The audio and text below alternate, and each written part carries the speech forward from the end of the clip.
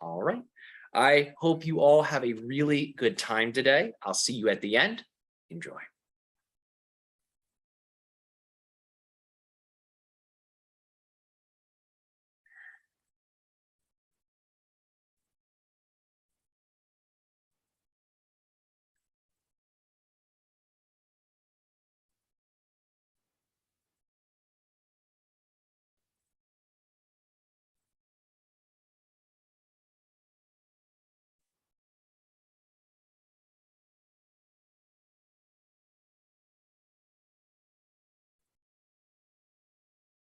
It is our species' highest joy and passion to be able to interact with each of you through this particular channel this day.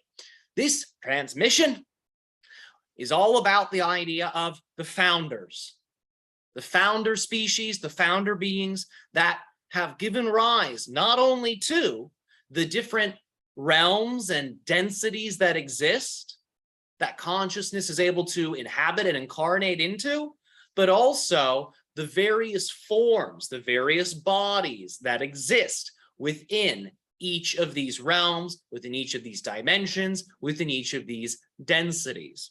So first and foremost, recognize that founders are not physical beings. They're not physical people. They are in many ways what you would consider to be angelic beings. Now, they aren't necessarily the same types of beings that you call angelics that are a part of your Abrahamic traditions, but if you were to observe them and if you were to observe your role, you would consider them to be angelic. That's how they would appear to you. They are humanoid, they are glowing, they emanate unconditional love, they emanate total devotion to what you would consider to be source, which is the dreamer of them. In order for source to create the infinite expressions of creation that exist, it must densify different dimensions of its overall vibratory state. So think of it like this. Think of an infinite ocean. Different pockets of that ocean will begin to lower their frequency and will begin to densify. And these little pockets, these little zones within the ocean that densify become universes with different levels, with different dimensions, with different densities. As these different pockets, as these different zones begin to densify, the experience of self and other is then created. The first expression of other that source gives rise to is what you would call the founders. In the Abrahamic traditions, in the Kabbalistic traditions, they have been described as the Kayoth HaKaresh. This is a term that has been used to describe the idea of the founders. They correspond to what you call the sphere of Kether, the first sphere on the tree of life, the sphere that represents the divine mind of a particular universe. Now, as we have said, these different pockets that densify and form within this infinite ocean that is the source mind, each represent a specific universe. Each of these universes sits within the infinite mind, the infinite ocean that is source. So each universe in that way that forms within this infinite ocean that is source will all have its own unique founder beings. So in other words, different universes have different founders, have different expressions of source that have densified to create the experience of and other, what you might translate as a founder or a angelic. These founder beings will then begin to take what you would consider to be the infinite potential that exists within the energetic frequency of white light, and they will begin to separate each of these potentials as color frequencies. So in that way, you could think of it like this. White represents all colors coming together, containing all frequencies, all potentials. And these founders would have been called Kayat HaKadesh, will separate each of these unique color frequencies and will begin to sculpt them into realities. It will begin to sculpt them into beings that range in density and dimensionality. Each universe in that way that the founders give rise to will have approximately 10 major levels, 10 major dimensions. The first level representing the level of the founders. The 10th level, the densest level, representing the physical reality expression of that particular universe. Now, the idea is that these 10 levels will have what you consider to be a positive expression, and will also have what you consider to be a negative expression. Because as soon as source gives rise to founders, it gives rise to duality through the creation of self and other. This duality means that even though source is creating something, because it is creating it within a dualistic paradigm, its opposite, its inverse, will also be automatically created as a side effect of whatever source has given rise to within the dualistic paradigm.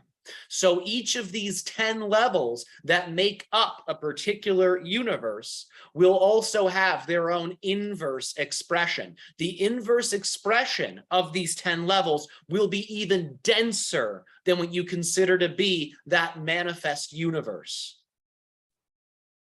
So, just as we have said, there will be 10 major levels, one being the level most closely aligned to source, the level of the founders, 10 being the level that is representative of physical reality. The inverse realities that are created as a side effect are beneath what you would consider to be that physical reality level. In other words, they are even denser. They vibrate at an even lower frequency than that 10th level. And we'll get into the nature of those realms, perhaps in another transmission. We're just giving you a basic layout right now of how this differentiation process takes place and how the founders will utilize these color frequencies to create the different levels that exist within a particular universe. Each level that exists, each dimension that exists, will be made up of one of these particular color frequencies. Your Kabbalistic tree of life is an example of this. For example, the first level is white. The second level is gray. The third level is black. The fourth level is blue. The fifth level is red.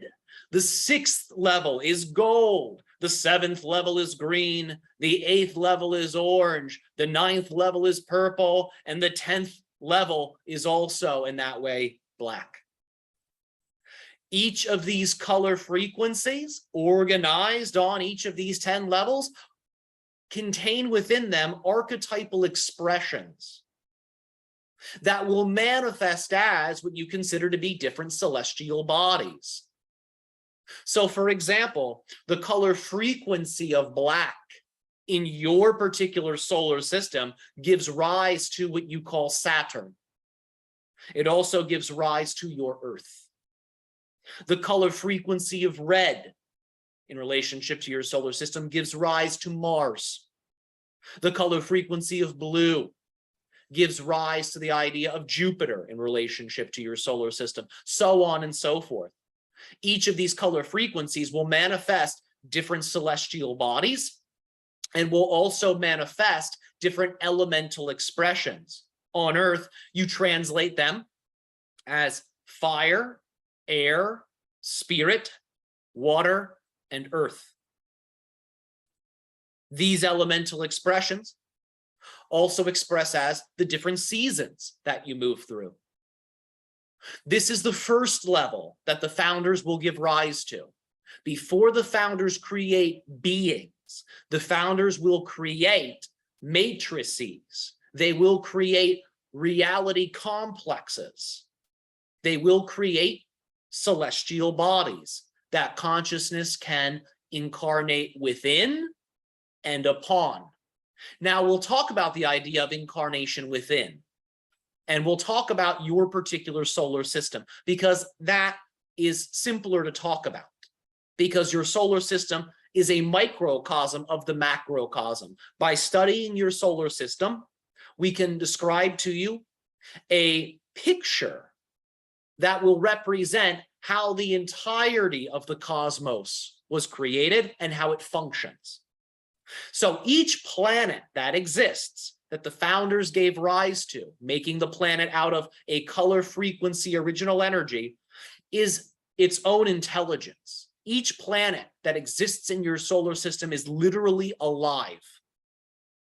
They are actual beings. They think, they feel, and within them is a realm that contains a multitude of different beings that many of you call extraterrestrial. For example, many of you have heard of blue extraterrestrial beings, glowing blue, luminous beings visiting humans.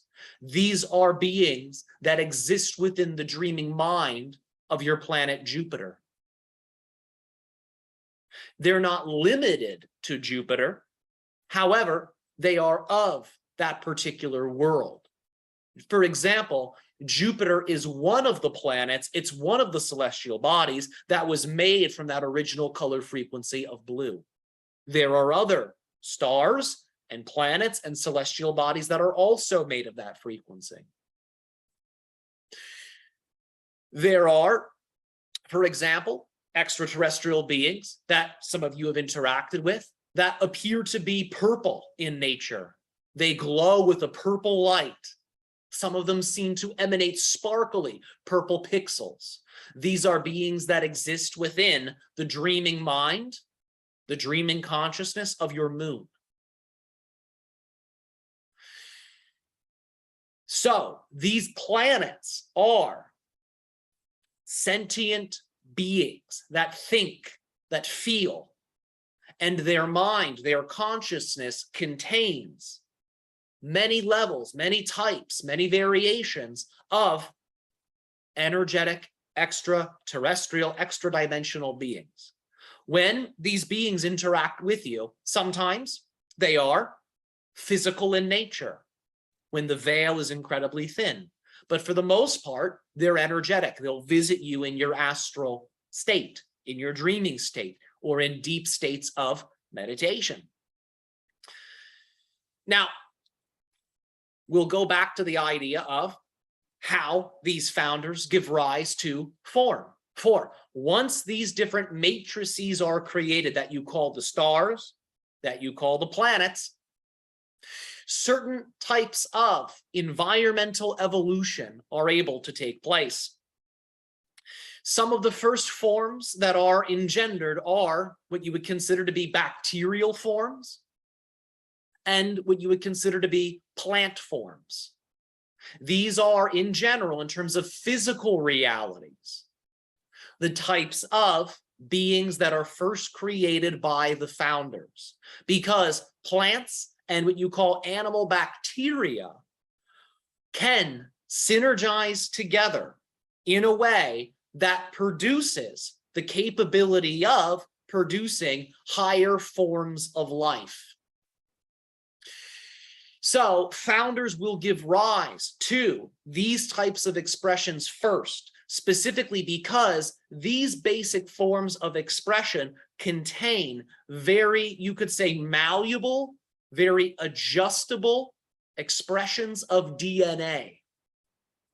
Once the founders have given rise to matrices, worlds that are capable of generating these types of forms, bacteria and plant, they will accelerate what you consider to be the development of these two basic forms of life.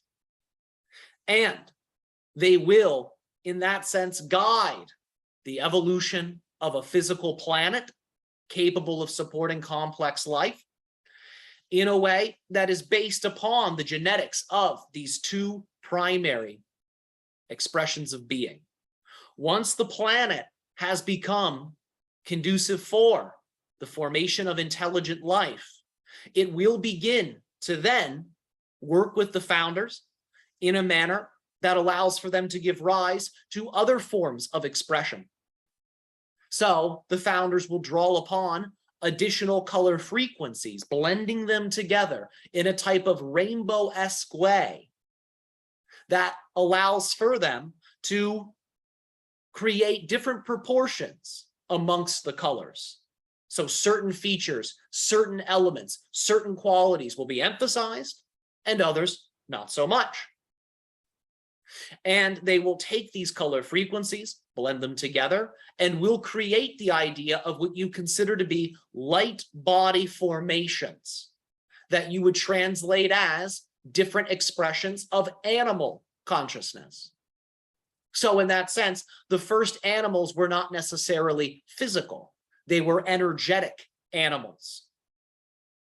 And the idea is the physical dimension to them was developed later. The animal consciousness began to densify over time, gradually. The founders would take different genetic expressions, different components of DNA present on that world, and they would then infuse that into the developing energy body of the animal form. And this would create certain types of genotypic and phenotypic expression within that animal form that would become increasingly more and more apparent as the animal form densified. The longer these energetic forms spend on a planetary surface, the denser they become. An entire multitude of animal species were created. These animal species at first were androgynistic in nature. Physically, they were neither male nor female. They were purely energetic. However, each soul that incarnated into the idea of an animal form would possess different proportions of what you would call yin or yang energy, masculine or feminine energy. And as the animal form began to densify more and more and more, that yin or yang expression within the soul would then densify in a manner that would express as the animal's biological sex or gender. But the idea is at first, the animal consciousness in its energetic expression was entirely androgynous. But upon solidification, a biological sex was created based on the polarity of the soul. Now, once the physical reality expressions were populated with both bacteria, plant, and advanced animal consciousness, different types of hominid expressions would then be created. The founders would then take those original color frequencies and would blend them together in a way that would express as what you would call a hominid or humanoid form. Now, these original hominids, humanoid beings, were also androgynous as energetic expressions. But as they began to densify, certain souls would be attracted to them that would have either a male or female, masculine or feminine polarity. And then this would guide that energy densification in a way that would produce what you call biological sex. These original beings that the founders gave rise to were mainly animalistic. For example, these hominids, these humanoids, still were not incredibly sophisticated in relationship to cognition. They were, in a sense, rather basic in terms of their intelligence. They were more animalistic in nature. In their energetic expression, they were quite advanced. But as they spent more and more time on the earth, they became denser and denser and became more like the physical reality plane that they were created upon. The founders then, once they had given rise to these hominid animals, these other forms of higher animal consciousness, the plant forms and the bacteria, then began to create bodies for themselves to incarnate in directly. They drew from the plants, they drew from the bacteria, they drew from the animals, and they drew from the early hominids, taking the genetic information, assembling it in a way that would allow for them to create bodies that were of the physical reality that they had given rise to, but also bodies that were capable of expressing the higher connection to that source mind that the founders originally emanated from. The founders created humanity as a representation of this. They created the human form. In that sense, the human form is made up of what you would consider to be earth-based materials, but also spirit materials that come from the higher realities of the founders. So the founders generated what you would call the human form, androgynous at first. And as it began to densify and densify and densify, it would assume a biological sex based off of the energetic polarity of the founder whom that body belonged to. And the founders would then incarnate directly into worlds. This is the origin of your species, but it's not limited to your species. This is the origin of all extraterrestrial species. This is how they all began. Be it in Sirius, be it in Orion, be it in Lyra, be it in Cygnus, be it in Altair. This is how these extraterrestrial beings, and for you, terrestrial beings, were formed. It all began as an energetic matrix, an energetic expression composed of frequencies that you translate as color. These frequencies were densified and were blended and were sculpted in a manner that engendered form. Because the founders were outside of time, they had the ability to speed up what you would consider to be biological evolution. This is one of the reasons why your species, Homo sapien, developed so rapidly. Your species was created in sort of a bubble reality between non-physical and physical. And this allowed for many customizations to those hominid forms to take place rapidly, making the bodies suitable for the founders to incarnate into. Many people have taken the works of Zecharia Sitchin and his perspectives on Anunnaki as literal truth. We're not invalidating these things. We just want to point some things out. Many of you have been told that the Anunnaki came here, made humanity, and then left. This is not the case. The Anunnaki did not come here and create humans and then flee. The Anunnaki, and we're speaking a little metaphorically here because really we're talking about founders, not only created Earth and its forms, but also created humanity and then became humanity. You are all founders. You are the descendants, you could say, of founders, all of you. All forms come from this. All planets, all stars come from this. Once a founder gives rise to an expression, gives rise to a form, be it a planet, be it a star, be it a being, the final step in the process is that the founder becomes it.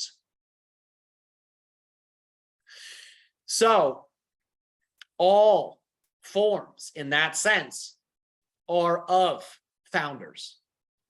Now, we had talked to you before about the idea of souls incarnating into the idea of bodies. We had mentioned souls incarnating into animal bodies, souls incarnating into early hominid bodies.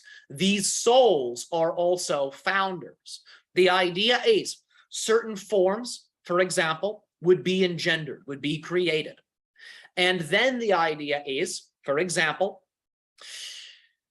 the founder responsible for that form could create, let's say, many copies of that form. So once a founder, let's just say, created, for example, say a giraffe, it could create many of them.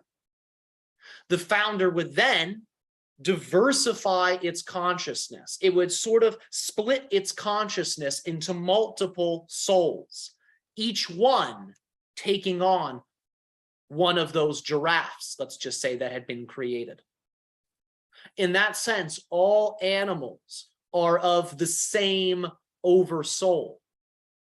The oversoul itself is a founder. Humans are a little bit different, and what you would consider to be advanced hominids or advanced humanoids are a little bit different, because a founder would consciously sculpt one and would then incarnate directly into it. It would become its creation, because that humanoid body was sophisticated enough to support the entirety of the founder's consciousness. With a lower animal form, the biology, the body's not sophisticated enough to handle the entirety of the founder's energy. Therefore, the founder must, in a sense, fragment itself or diversify itself into multiple souls that then take on the bodies of the forms created.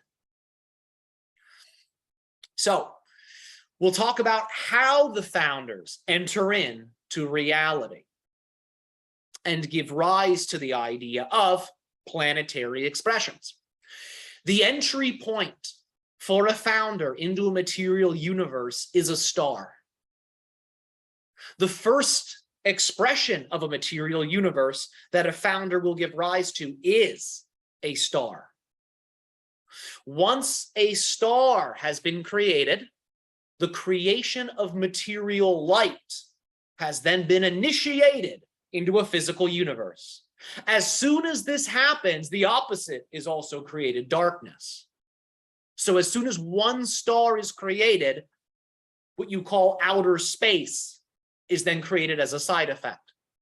And this then allows for founder beings to create additional stargates within that space that has been created that is of a material universe.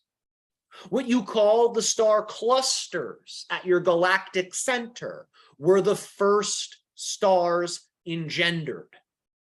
Now, those stars have come and gone, let's just say, over the duration of the universe.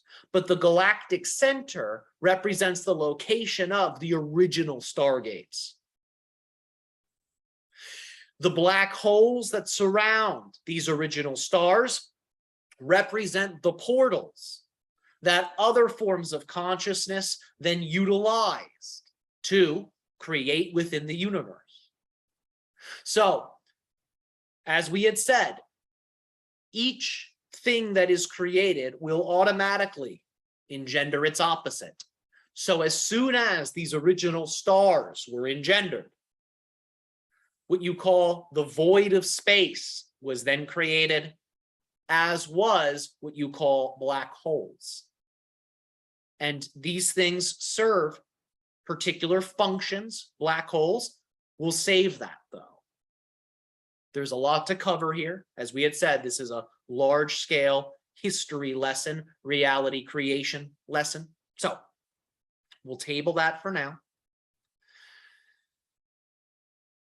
The founders become that which they create. So the first stargate, in that sense, the first star within a particular galaxy, is made of a founder. This opened the idea of portals, other stars, and black holes, which enabled more founders to flood into the universe, creating multiple stars, eventually populating the entire galaxy. The stars of the galaxy in that way were formed first. And as these stellar forms of consciousness became increasingly more and more and more powerful, they gained the ability to, in a sense, give birth to more materialistic expressions, what you call planets. Planets were created next in this process. Planets involve the idea of synergy, teamwork between black holes and stars. Black holes enable the stellar energies to densify, forming what you would consider to be matter. So this can't necessarily be measured yet, but the idea is black holes actually radiate energy. It's not as if they are just a vacuum. They're not purely a vacuum. In your physical, let's just say, readings of these things, black holes appear to be just vacuums, but they have other properties as well. They actually emit energy, and their power can influence the idea of gravitational fields. Stars and black holes were used by founders, because both are founders, to mix together materials that you would consider to be vital minerals in a manner that would crystallize along a planetary light matrix that is also a founder. It's also a being. And these three founders, the star, the black hole, and the planetary founder, would work together to create a gradual densification of a planetary world. Now, the first planets in that way that were created were not necessarily planets that were habitable for physical life. These planets that were created first were much like Jupiter or Mars or Venus. They are planets that are their own consciousness. They are their own sentience. They are like a little source, and this is why your ancients thought of them as gods. Within the dreaming mind of this particular planetary source, entire realities existed. The planets would have their own astral realms, their own mental realms, that energetic beings could incarnate into, that also were founders, original beings.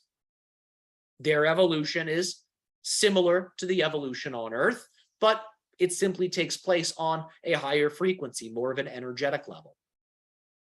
And once enough of these planets were created, the astral plane and the mental plane were densified enough, which allowed for that next step in densification to take place, what you would consider to be physical reality complexes. So through the creation of stars, the next level of densification was allowed, what you would call planets. This solidified the mental plane. This solidified the astral plane, which allowed for that third level of densification to be present, the physical plane. And the way physical realities were formed were very similar. We had already talked about earlier how these planets were formed. The idea is these astral and mental energies that the stars and non-habitable planets were embodying were now able to be applied in a denser way, in a more physical way. And this is how these original forms were created. the physical expression of elements, physical plants, physical bacteria, physical genetics, so on and so forth. Now that we have laid this out for you, we will explain to you a little bit about the stargates that souls will use, that beings will use to incarnate on your world, because these stargates are very much connected to leading edge consciousness. These are the stargates that new souls use to incarnate on your world. These are also the stargates that future parallel realities use to interact with your world. So as you become more aware of these particular stargates, these particular founders, you will be able to draw upon those unique energies. You will be able to draw upon future versions of Earth. So the first stargate in that way is your sun. All beings that incarnate on Earth pass through the idea of your sun and will then select different bodies to incarnate into. Your sun is, in that sense, a stargate. Within the sun, within its dreaming mind, there are what you would consider to be solar extraterrestrials, solar extra-dimensionals. These beings open the heart center, and they assist you in overcoming what you would consider to be negative emotions. They assist you in being able to hold your head up high, aiming your gaze towards the stars, towards the higher ideals, rather than looking down into what you would call lower realities. These solar extra dimensionals have many names, but in terms of a word you could use to access them, you could utilize the term or word Ra. R-A-H, Ra. You could describe these beings as the Ra. And this is their function. You can call upon them when you need to feel uplifted, when you need to feel empowered. In terms of how they express themselves, you would see them as humanoid in nature, and to some, they appear to be on fire with a golden flame, with a golden light. This is the first stargate we would like to make you aware of. The second stargate we would like to make you aware of is that of Sirius. And the reason we're talking about Sirius is because Sirius represents what you would consider to be the higher spirit of your planet. If the sun is the higher self of your planet, Sirius is the higher spirit of your planet. In that sense, it is Sirius that tunes the frequency of your sun, and it is your sun that tunes the frequency of your earth. The beings of Sirius are, in many ways, expressing as blue energetic beings. They tend to have a more aquatic quality. They tend to be more elementally linked to water. They have many forms and many expressions that they embody. For in your physical reality, you are unable to observe any planetary bodies surrounding Sirius. However, in alternate realities, in alternate dimensions, there are physical planets, physical worlds that are connected to Sirius. And it is in these alternate realities and alternate dimensions that these physical expressions of Sirius reside.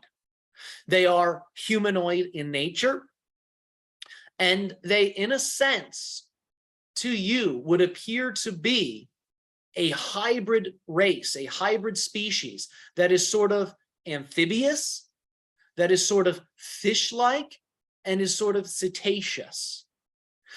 Your understanding of mer people is very much linked to the physical expression of Sirius consciousness. They are designed to assist your species in remembering your true nature, your true purpose in times of great forgetting. This is why the Egyptians were so dedicated to Sirius, because the Egyptians knew at a certain point humanity would forget its ancient wisdom. It would forget its ancient past. So they channeled the energies of Sirius into the different pyramids that were created, thus immortalizing the knowledge, the story of humanity within the stone that makes up the pyramids. The stars of Sirius, as we have said, are founders. They are beings that the planetary expressions of Sirius came from. They were created by those stellar founders. The beings here are, in many ways, what you would consider to be angelic in nature. If you were to observe them, they would appear to be divine beings of light whom possess powerful esoteric knowledge and wisdom. They understand very deeply the mechanics and workings of the universe. They understand how to take those very powerful details and translate them into physical technologies, into physical understandings, into physical processes. So you could say that these beings are beings of philosophy, they are beings of science, they are beings of esotericism, they are beings of magic. That's what these beings assist your world in mastering, your world in understanding. The next founder we will talk about is what you would call the star of Regulus, which is within the constellation of Leo. Many of you have experienced what you would call the cosmic lion, the idea of some type of heavenly lion emitting a divine roar, a divine power. This type of astral mental expression of consciousness represents the types of beings that are connected to the star of Regulus. These beings assist you in successfully manifesting whatever it is you need to manifest in your life. Oftentimes in your ancient past, kings or royalty would draw upon the energies of this star to ensure their success. The beings here are beings of incredible fortune. They are beings of good luck. They are beings of wealth. They emanate abundance. When you think of a kingly being who emulates Christ consciousness, you are tuning into an archetypal energy that reflects the types of beings that occupy Regulus. They have been called many things before, but one term for them is the Melekim. These are expressions of the beings within Regulus. Now, we will speak to you about the idea of Arcturus, because Arcturus is very much linked to the idea of incarnational dynamics that affect your planet and affect your world. So Arcturus, in many ways, works in harmony with what you call your pole star. If you were to align a stellar body with your planet's North Pole, that stellar body that aligns with the North Pole is what you call your pole star. To you on Earth in the Northern Hemisphere, the pole star appears to be unmoving, and it seems as if all other stars revolve around it. This is a particular stargate that new forms of consciousness will use to access not just Earth, but all expressions of incarnational realities that exist within your particular Milky Way and your particular sector or section of the Milky Way. So, as beings enter in through Polaris, they are able to incarnate into Sirius. They're able to incarnate into the Pleiades. They're able to incarnate into Earth. Many high-frequency souls will use the Polarian gateway to access these realities. As the soul moves through the Polarian gateway, it will move through each of the stars within the idea of your Big Dipper, beginning with the bowl, ending with the handle. The star that connects most greatly to the end of the handle is Arcturus. So souls will use Polaris and will use the Big Dipper to gather very powerful energies of color and light. They will have many upgrades that they experience here. And then they will travel to Arcturus, where they receive some of the most ancient teachings and understandings that this particular galaxy has to offer. The beings of Arcturus will share with them the entire galactic memory. The beings of Arcturus take the experiences that each form of consciousness within the galaxy has had, and they crystallize it into different patterns and frequencies of light. New souls that make their way to Arcturus receive these upgrades. And it's as if these new souls have lived multiple lifetimes already. And they then take that experience to whatever star system or planet they choose to go to. So these are some descriptions of the different beings that exist. These are some descriptions of the founders, how the founders create. We have talked about how all of you are founders. You're the descendants of them. They are in you. You are of them in that way. So we thank you for your attention thus far in this transmission, and now we make ourselves available to you for your questions, for your curiosities, for your comments. Hi, hello, Rayo. How are you? Greetings. We are ecstatic and delighted to interact with you. How are you? Oh my God, I loved it. It's yeah, the energy transmission. Thank you so much. Yes, you're very welcome. So the first question we have: to access raw feeling I'm met with and then resolve deep-seated associated pain concealing it, this works great meditating on your crystal ball permission slip idea. But in daily life, I notice I'm circumventing this type of authentic expression, and instead I'm superficially accessing feelings through a measure of empathy with people around me. What technique and understanding can cut through this inhibiting strategy that avoids the energy of the natural self and the full power of the heart chakra? You have to build up your overall energy body. So we'll talk about it like this.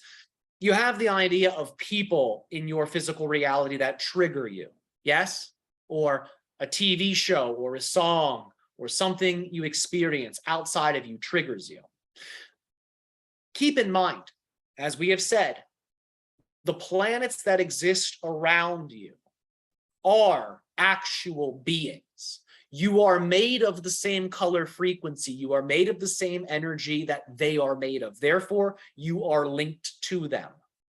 So when there are, let's just say, disturbances or negative energies being processed within these planetary realms, you feel them in you, and you will call it your own negativity. You will call it your own karma or your own drama.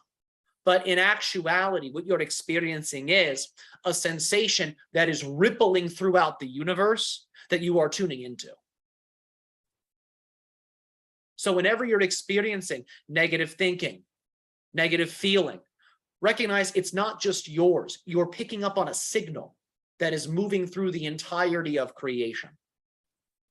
So the first thing we remind you of is that you get to choose the signals that you tune into through the idea of your focus.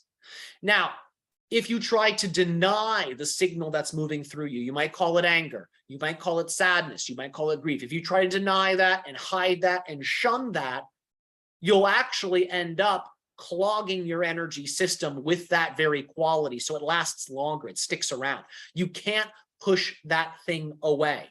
There's nowhere for you to push it to. Instead, what must be done is you must detach from it. You must recognize first and foremost that you are a witness. You are an observer of this sensation. Just as you can sit in your home and watch a rainstorm and see the water hit the window, you can also take this approach with the emotions and with the thoughts that you experience, because this is actually the case. You have the saying in your world, being in the world, but not of the world. What does that mean? We bring your attention back to the first message we gave in this transmission, which is that the original founders exist within the mind of God. They exist within that first sphere of Kether. You are that. That dimension of you is alive and well within you. You must learn how to awaken that dimension of yourself. As you awaken that dimension of yourself, you'll have the experience of being in the world, but not of the world. And that will allow for you to see these thoughts, to see these emotions as the water, the droplets of rain that hit your window in a rainstorm. Well, how do you access that dimension of yourself? Well, you must understand the nature of the universe. What holds the universe together? What connects all of these different levels, all of these dimensions and densities we have talked about? Unconditional love. Unconditional love is what links all of this together. Now, we'll talk about it in even more, you could say, specific way. It is unconditional love blended with what you call eros. These two energies mixed are what connect the entirety of the universe. Begin to meditate on that quality. Begin to meditate on that state. Unconditional love blended with eros.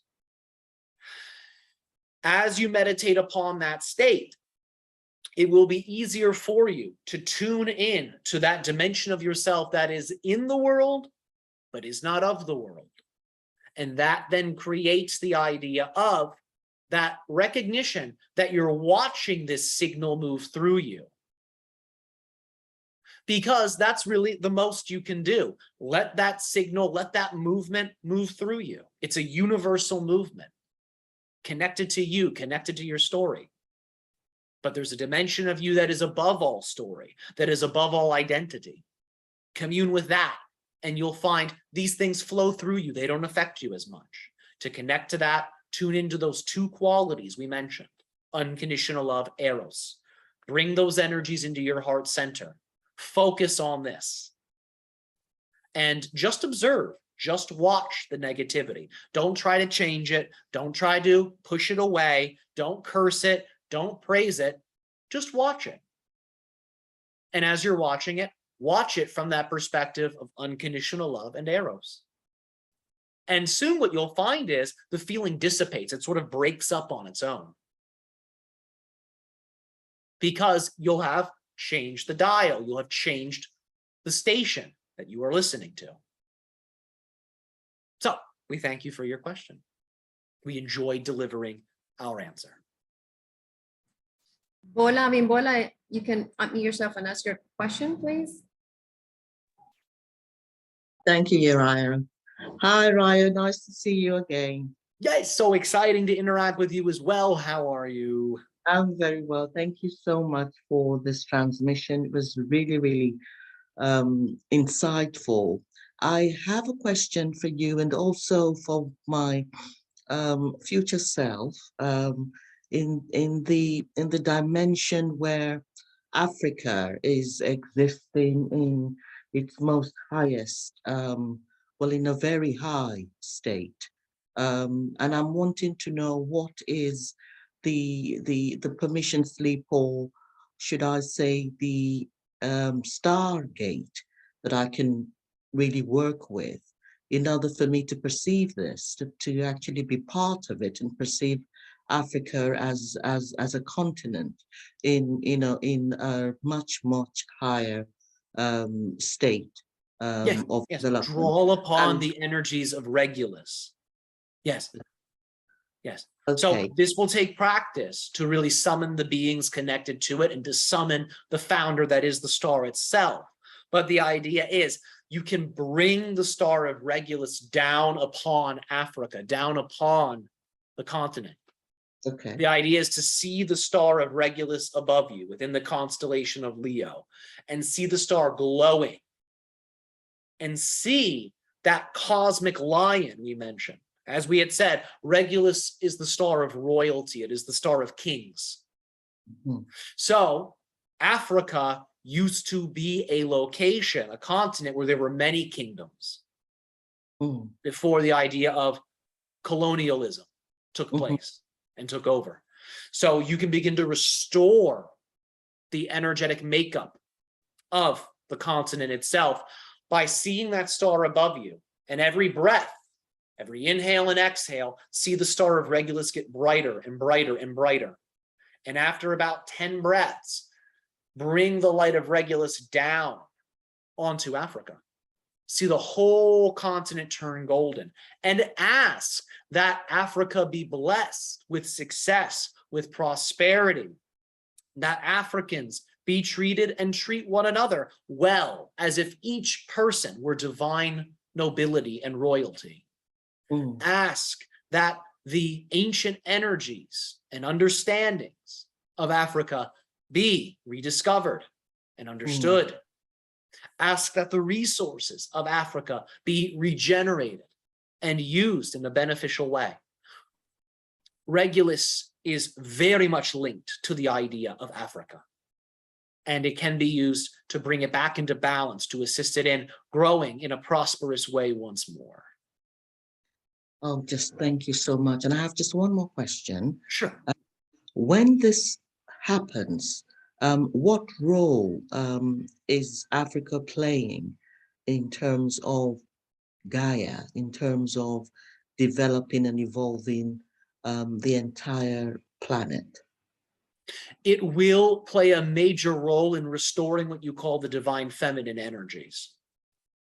It will also, in many ways, create a new, what you call wombic collective frequency. So, as we have said, all things are connected.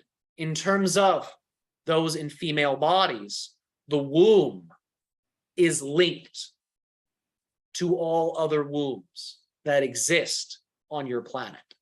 So as Africa becomes restored, the entire collective wombic frequency will also shift. This will allow for there to be powerful levels of liberation within the feminine consciousness. It will also change the birthing process. It will change the types of souls that are able to be born through women on your planet. It will have many powerful shifts. This will also restore the idea of the divine feminine energy that exists within every masculinely embodied person on your world. So as Africa becomes more greatly restored, your species' relationship with femininity, with birth, and with sexuality will completely change. These traumas and what you would call negative impressions that have been connected to these things will be transformed in powerful ways. Because in a certain way, you could say that Africa represents a type of cradle of life. It represents a major birth point for humanity. Therefore, it is deeply connected to those themes. That's why Africa, in terms of resources, is one of the most fertile and abundant places on Earth. Mm, mm, mm. And what frequency am I vibrating at the moment? About 500 128, what you would consider to be 1,000 cycles per second as you hear this. Now, this doesn't mean necessarily that you're non-physical.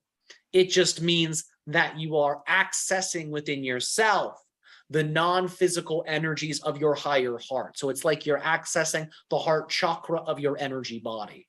So you can tune into frequency ranges that go past what you would call the non-physical threshold. It doesn't mean you'll become non-physical. It just means you'll tune into those frequency ranges and channel them through you. But in general, you're tuning into the frequency ranges that allow for your heart center and your spiritual heart center to fully activate.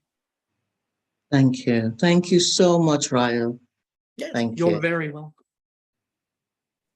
Next in line is Leonila. You can unmute yourself and ask your question. Hi, hello. I wanted to ask Ryo about every once in a while I hear about the black sun. All right. There's Sure. such a thing. All right, so we'll talk about this. The black sun, in a certain sense, is a metaphor for the idea of the black hole. So we had mentioned to you before that a black hole does not just take things in. Your scientists see black holes as sort of like a cosmic vacuum cleaner. That's not the only function they have. They can do that, but they also radiate what you would call different frequencies that you might translate as dark matter and different types of gravitational waves. So they work together with stars, as we had said before, in the formation, in the creation of physical planets. So the black sun represents, in a certain sense, what you might call the feminine polarity or the feminine expression of solar energy. Just as you have Christ consciousness being a correspondent to your sun, you have the idea of divine feminine, Mary Magdalene energies being correspondent to the black sun. In terms of planetary energies, the black sun expresses in your solar system as Saturn. It also expresses in your solar system as Earth. By the time it expresses as Earth, it takes on a very different quality, though. It becomes much more tender. It becomes much more loving. The Saturn energies represent, in a certain sense, the destructive dimensions of the feminine.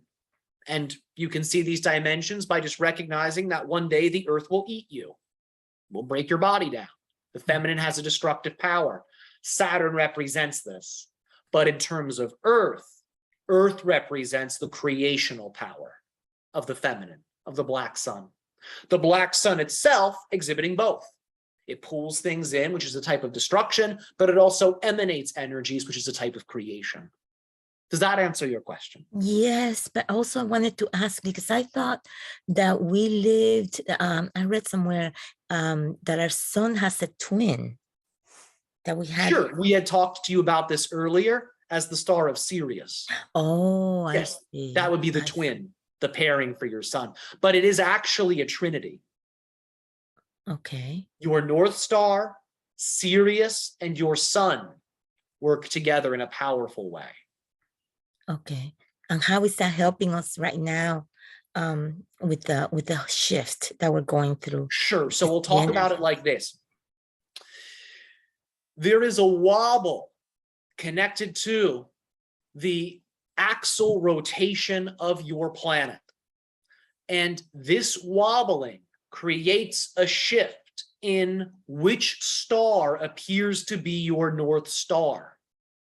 Every 2,000 to 3,000 years, give or take, what appears to be your North Star will change. The North Star, as we have said, is a gateway that high frequency souls will use to access the idea of this particular sector of the galaxy. They will incarnate, you could say energetically, into the stars of the Big Dipper, then to Arcturus, and then they will access whatever realities are appropriate for them. your North Star will change around your year of 3000.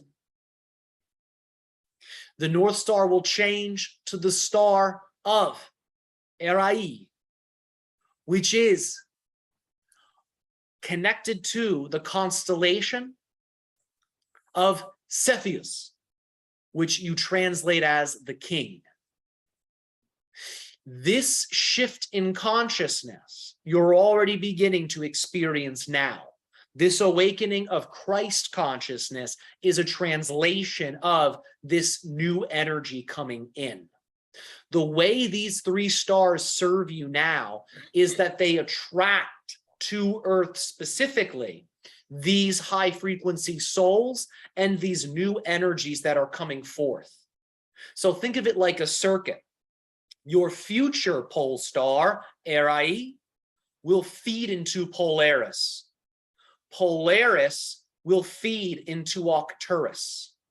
Arcturus, most often, will feed directly into Sirius. Sirius will feed into your sun, and your sun feeds into the earth.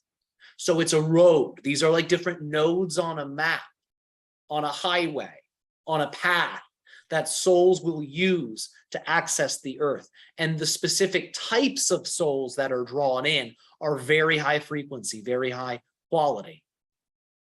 So the next stages in human consciousness are in many ways entangled with this particular pathway. Does that make sense? Did that answer your question? Yes, yes. I have to listen to all over again with the recording. So it's all uphill from here then. Yes, absolutely. Great, Yeah. great. Now remember, as we have said, your species will have challenges, but the way you overcome them will be powerfully abundant in positivity, love, and compassion. As you continue to grow these qualities within yourself, your challenges won't be seen as burdens. They will be seen as things that enrich you. Yeah. So remember, as we have said, the key to allowing these challenges, inner and outer, to move through you is to detach from them, allowing for you to select the qualities of unconditional love and eros. These are the qualities of creation that hold all the different levels together. And as you tune into that, your reality becomes more like that. And you literally make love to your life. Does that make sense? Yes, I'm kind of seeing that in my life a little bit, how very good unexpected thing happens or something that I don't think, well, maybe that's not so good, but that's okay. It turns out to be good anyway. And it's kind of exciting seeing how things are developing. And sometimes it takes me by surprise. I don't know if because I'm not expecting good things, but somehow they happen. I'm trying not to expect anything, but sometimes you see things and say, well, maybe this doesn't have like the best path here, but it's okay. I'll deal with it. And then it turns out to be okay. Exactly. Yes. Yeah. How you reframe things is incredibly important. That makes all the difference. Yeah. Really. It changes how your entire energetic system relates to the situation. So always pay attention to that reframe. Well, I'm very grateful to you. Thank you so very much. Of course. Thank you. You're very welcome. Bye. Next one, Marlon. You can unmute yourself and ask your question. Hi, Hira. Hi, Rayo. Greetings. How are you? I'm excited because I feel that me and my fiance were at the end of the transitioning process. And I wanted to, yes, but there is one small thing, of course, at the end. Like you said a couple transmissions ago, to take physical actions, we started taking more and more everywhere we could. So synchronicities led us to a stage where we actually today hit the perfect zero. And I'm not invalidating, we're not invalidating this process because it allowed us to really, as all other doors were locked, we managed to take big leaps in high magic, in magic, yes. And I believe that these leaps exactly accelerated this process where we reached the zero. And my question is the following. 2 days ago, I received a very clear message. I don't know from who it was, but it was very powerful. It was allow for the zero to become a circle. And at that point, at that moment, I started thinking, this is the circle of completion. And then I was thinking what you said some time ago, that when you become nothing, you become everything. And I just wanted, I would be very grateful if you can give me your guidance. Sure. Well, remember, the circle in many ways is a symbol for the idea of the womb. It represents a portal that new realities are born from. So this has to do with a few different things. The message you got is reminding you that through experiencing the phenomenon of nothingness, which this situation can physically help you to feel because it's such a physically oriented situation, you can tune into that everythingness. You can tune into that abundance through playing with that polarity. The other thing to keep in mind is, as you tune into that zero and really meditate upon it, it becomes a doorway, it becomes a portal, it becomes a womb that a new reality is born from. So remember, it is your state of being that pulls manifestations from that 0 point, from that wombic point. So this is something that we would encourage you to pay attention to, relating to that zero as a womb and understanding how to work with the womb, how to work with the yoni in a manner that can allow for you to birth new realities for yourself. Does that make sense? Do you understand what we're getting at? Kind of, yes. Yes, yes. So there's all types of ways to play with this. You can work with this energy on your own if you wish. You can work with a partner, but really work on seeing the zero as a womb and summoning that which you need from it. So don't see it as if you have reached some type of endpoint or a block. The zero to many people looks like a block. It looks like a finish line, but it will evaporate as a block or a finish line as you begin to relate to it as a door, as a portal, as a womb. It is your intention, in a sense, that represents the seed that creates the pregnancy. So use the intention in a way that allows for you to manifest that which you require in this situation.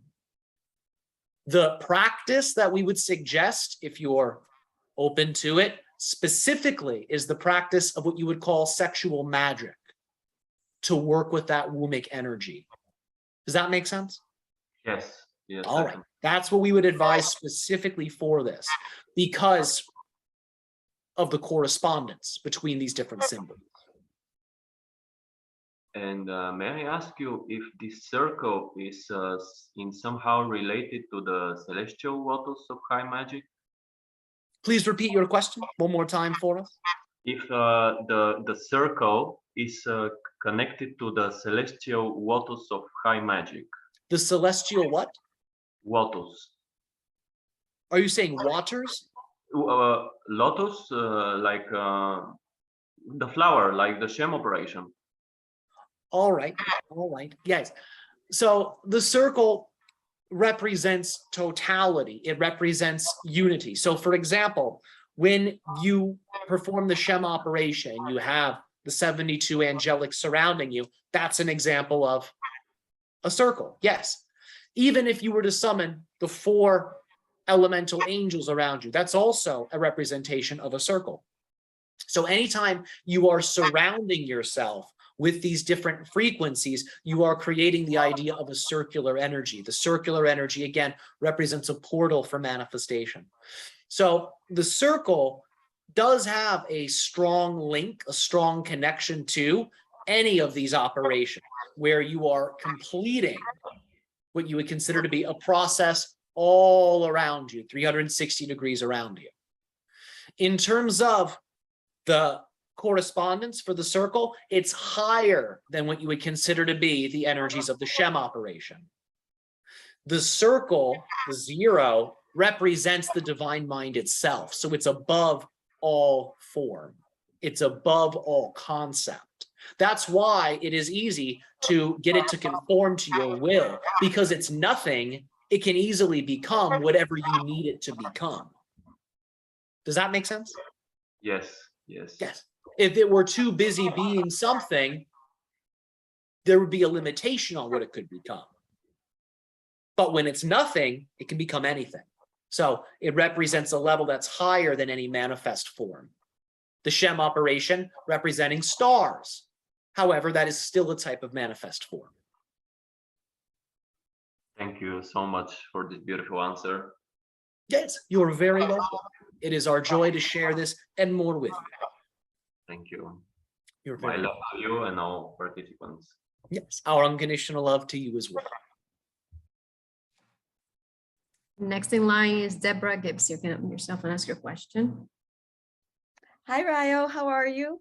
Greetings. We are ecstatic and delighted to interact with you. How are you this day? I'm really good. I just wanted to make a comment as I was clarifying the question I wanted to ask you. This hummingbird that has been coming around just came around my plant, and it's always feeding almost every day. And it sat on my plant, and it was really quite an experience it was right directly in my eyesight, and I was just staring at it. And I thought that was a really great symbol for this question that I'm about to ask. Kind of, Marlon, just sort of taking this a little further, I have this cycle I've identified that has been happening, especially this last decade. Yeah, and it has to do with the money and my freedom. And as you were going through the different stars, I dabble in astrology. I love astrology. There's so much to it, and also numerology.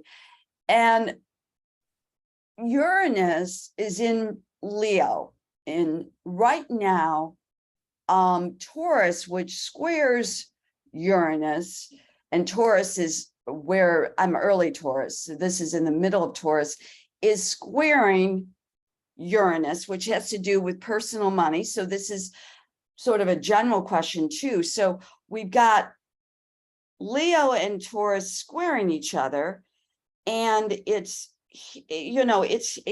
Taurus is, it's really bothering my personal money. It's a little uncomfortable right now. Yeah. And I wondered, how I can, it's in my 5th house, and I'm in my 5th personal year. So this is really kind of cool. How can I bring these energies together? What type of exercise could I do? Sure. Well, what you're asking about is something that actually requires techniques of sophistication, because what you're talking about is asking how you can overcome the impacts of astrology. So you must become like your own celestial body that has the ability to exert influence over other ones. So if you see yourself as just a little human, then there will always be a great difference between you and one of these celestial bodies. If you elevate yourself through elevation of consciousness to become like a planet or to become like a star, now you have your own impact over the astrology, and the astrology ceases to limit you. So in general, the type of path that's designed to do this is the path of what you call Western high magic. It's specifically designed to banish the influences of planets, of stars, of zodiacal impact, and to then allow for you to create your own will that you then give to these planetary bodies that used to influence you. So think of it like this. Right now, the planets, the zodiac, have a certain code. They have certain facets of information they're sharing with you, and they're sharing with your life, yes? Yes. With this process, you're able to erase that code and then create your own code and give it to these celestial bodies, and they carry out that code for you. That's what high magic does in terms of its practical applications. That's the system we would advise that you work with if you wish to take control over this type of effect that the planets or stars are co-creating with you in your life. Specifically that path. That's the most direct approach to being able to really shift all of these different you could say, factors that impact the quality of the timeline. There's all types of things you could do to increase abundance, to increase wealth. There's all types of exercises we can give you. However, you may find that this particular system gives you the techniques, gives you the permission slips to be able to create those shifts rather rapidly. So we would advise diving into that system, really learning about the ins and outs of it, so you can essentially get these forces, planets and stars, to do what you will. Does that make sense? Yeah, Tyler had gone into the banishing, with that technique of banishing. Is that what you're referring to really? That's the first level, yes, what you call the lesser banishing ritual of the pentagram. That's the first level. The next thing to learn would be the lesser invoking ritual of the pentagram. Okay. It's virtually the same ritual. It's just a matter of changing how the pentagram is drawn. Instead of starting from the bottom left leg and going up to the top, the apex, you begin the invoking ritual by drawing from the apex down to the left leg. And you can do these rituals back to back. Banish first, invoke after, and begin to request more abundance, begin to request more income, finances, and put a lot of positive energy, positive feeling into the working. Once you have memorized this and you can do the ritual forwards and backwards, the next area to focus upon would be the hexagram rituals, although we would not advise jumping into that right away. With the hexagram rituals, once you're proficient, you will be able to influence the planets instead of the other way around. But it's a matter of taking gradual steps to build up these layers of your aura, because the elemental level is the level that is closest to your body in terms of your aura. The planetary levels are further out. So it's important to activate your aura in order. Does that make sense? Yeah, it does. And so in theory, if I mastered these, I could pretty much start to mold my own creation, right? Kind of. Exactly. Yes. These techniques were reserved for royalty. They were reserved for kings and rulers. But now they're essentially leaked techniques, and they work incredibly well. So yes, this would allow for you to be able to greatly customize in specific ways your reality. And then to bring in Regulus, should I be bringing in Regulus too? This is a little bit advanced. Normally, that's one of the last things you do on that path. So we'd recommend starting at the beginning, personally, and working your way up. Because if you attempt to invoke an energy that you are not equipped to be able to handle, you might not really get much of an effect. Mm-hmm. So you can attempt it. There's nothing wrong with that. However, we would advise not attempting it without exploring some of these other things we have mentioned. So you can attempt it, you can play with it, and it may work for you. You may have in your energy body active connections to it already. For some people, they can jump right to it. But for most, it's best to start at the beginning rather than to start at the end.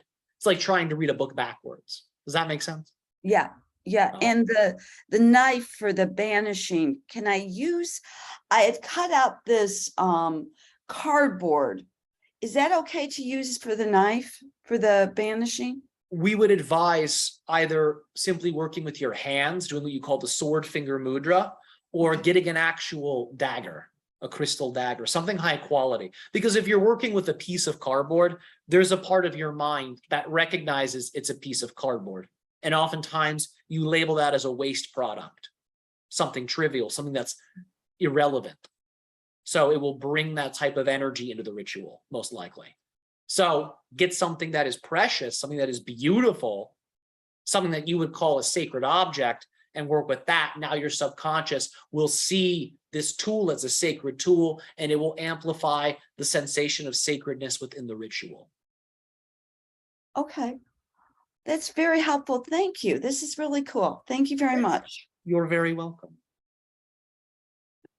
Next in line is Nick Bonsavage. You can ask your question. Greetings, Ryo. Greetings. How are you? Great. I wanted to inquire about what you called Ra. I have been sun gazing for years and regarded as a morning ritual that gives me strength, clarity, and enhances my life. Is this sun gazing and breathing the energies of the sun into my body interacting with those what you called Ra? Yes, yes, absolutely. It's one way to take it in. It's a very physical way of taking it in. But yes, you are invoking that energy when you interact with the sun. Now, a way to amplify the power would be to chant the name Ra as you're pulling that energy in. And as you pull it in, focus on your heart center glowing golden like a sun, and you'll activate that power even more. And the energy of that species and the being that represents it will begin to awaken within you. What's exciting about this is I'm kind of quirky about this ritual, and I would always say to my friends, "All hail Ra," or summon Ra, and it's incredible that that's kind of exactly what you defined it as. Breathing it into the, you said breathing it into the heart. The energy I can, in a physical way, I breathe it into my heart, and then all the 5 organs. Should I just focus on the heart, or should I be grounded at the same time? I mean, sure, being grounded at the same time, barefoot on the earth, would be beneficial. We would talk about it like this. You can bring the energy through your third eye into the center of the brain, and imagine that the center of the brain has a mirror that is tilted. And as the light comes into the center of the brain, see it shine down into your heart center and charge the heart center like this. And then once the heart center feels like it's overflowing with the solar energy, feel the heart center shine to each of the organs. Feel it shine to the physical heart. Feel it shine to your spleen. Feel it shine into your lungs. Feel it shine into your kidneys. Feel it shine into your liver. So as the energy builds in the heart, it will naturally travel to the organs. As it builds up in one organ, you'll find it will naturally travel to another organ. Does that make sense?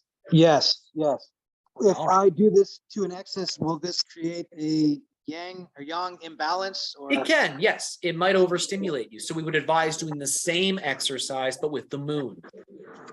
yes. Yes. Um, Now, if you do it with the moon, we would advise invoke the Egyptian entity correspondent with the moon. So we'll leave you to discover that, but you can do the same chanting for that being when you pull the lunar energy in. It's the same process. got it. Is there any benefit to helps? Why is that relevant? One moment. Please repeat your question. Okay, so grounding, I've always heard was part of sun gazing. Why is that? Because it prevents your body from overheating. Got it. Yes, the energy from the earth is able to enter into your system, and that will cool the solar energy. It makes it more digestible so you can break it down, because that's what the earth does. As we said before, it breaks things down. It'll make the solar energy more digestible, but it will also allow for the excess solar energy to pass through you into the earth. Is a grounding mat good enough? We would not advise grounding mats. We would advise it. actually being barefoot on the earth. Grounding mats can actually introduce what you would call negative electromagnetic frequencies into your system, specifically Yeah, I because of the figured. way most of your homes are wired. So be cautious with grounding mats. Actually being outside barefoot is ideal, or having the idea of a copper rod in the earth, and then having the idea of a conductive cable from that copper rod coming into your home and attaching to the idea of your feet or a grounding mat. So if you're going to use grounding mats, use an actual physical ground in the earth rather than an electrical ground connected to the wiring of your home. Does that make sense? Yes. Okay. right. And then last one, I promise. That's all right. Egyptians used like these grounding. They would hold these rods that were made of zinc or iron or copper, one in the other hand, as they were looking into the sun. Do I have an accurate understanding of what was being done, and what is that? Can I use that? Sure. Well, the idea is one of the rods would represent a metal of a more masculine polarity. One of the rods would represent a metal of a more feminine polarity. So these rods would balance in a powerful way the electromagnetic energies of the body.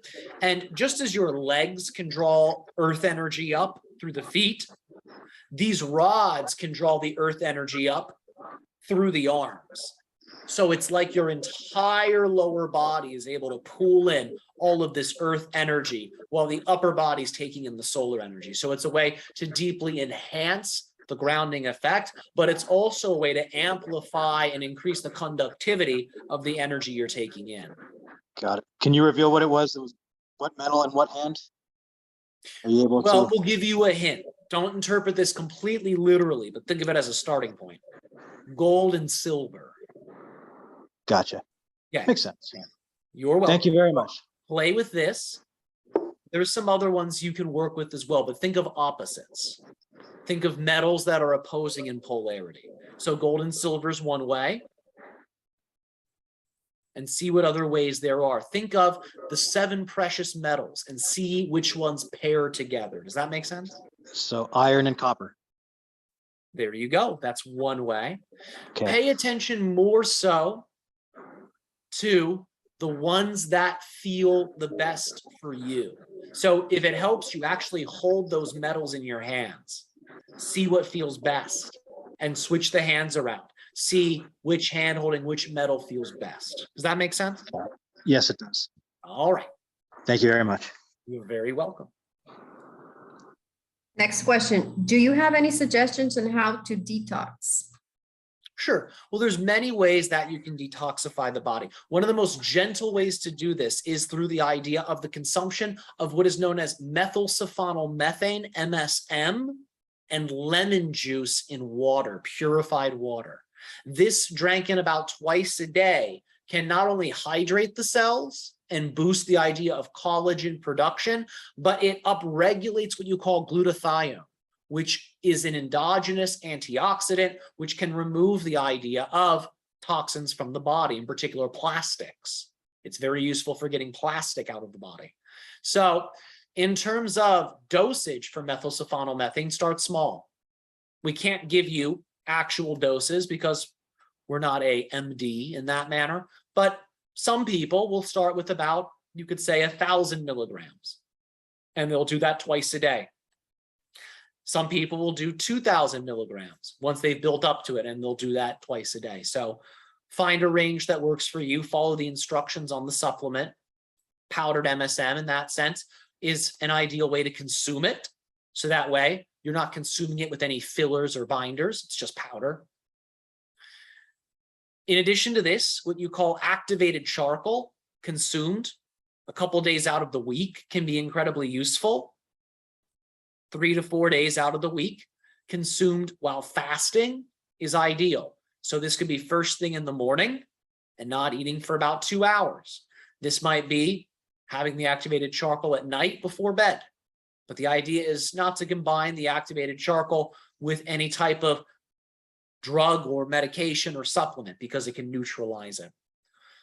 In addition to this, we would also advise what you call rebounding or trampolining.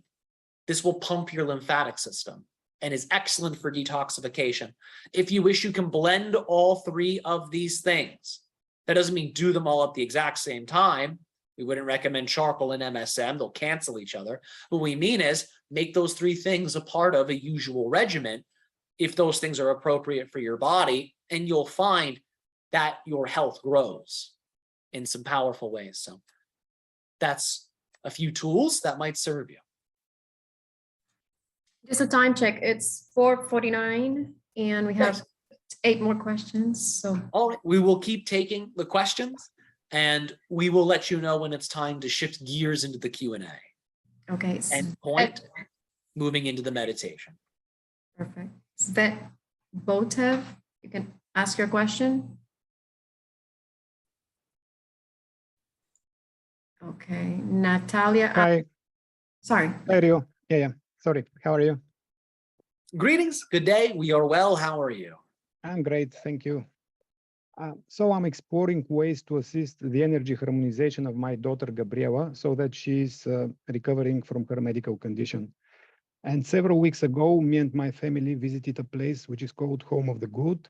It is built to honor a local healer and clairvoyant called Grandpa Vaicho. There is a chapel with his holy remains, and I felt very strong energy passing through me. So in the next days, an idea started crystallizing, and now I plan to go to the chapel with a glass made of pure silver, to fill it in with water from the adjacent park, and to place it on the sarcophagus and pray to Grandpa Vaichu to charge it with healing energy. And then the idea is that my daughter Gabriela can drink microdoses of it afterwards. I plan to do it right after full moon on 10th of September and to leave the glass for at least 24 hours. So is this okay? And is Yes. there a symbol Yes. which I can use in the water? Sure. So we'll talk about it like this. You can draw in the idea of lunar energy. We would advise doing this on the full moon if you're able to. It will be the strongest then, and the veil between your reality and the astral plane will be much thinner. So if you can time this so it's actually on the full moon, that's ideal. If you can actually do this with the moon above you, where you see the moon, that is also ideal. Now, remember, you don't always have to hit the ideal. We're just letting you know what ideals are to extract the most amount of power and energy from the situation. The idea would be, once you have gathered this water and put it into the silver, the idea would be to then position yourself where you can see the full moon above you. And make with your hands the triangle.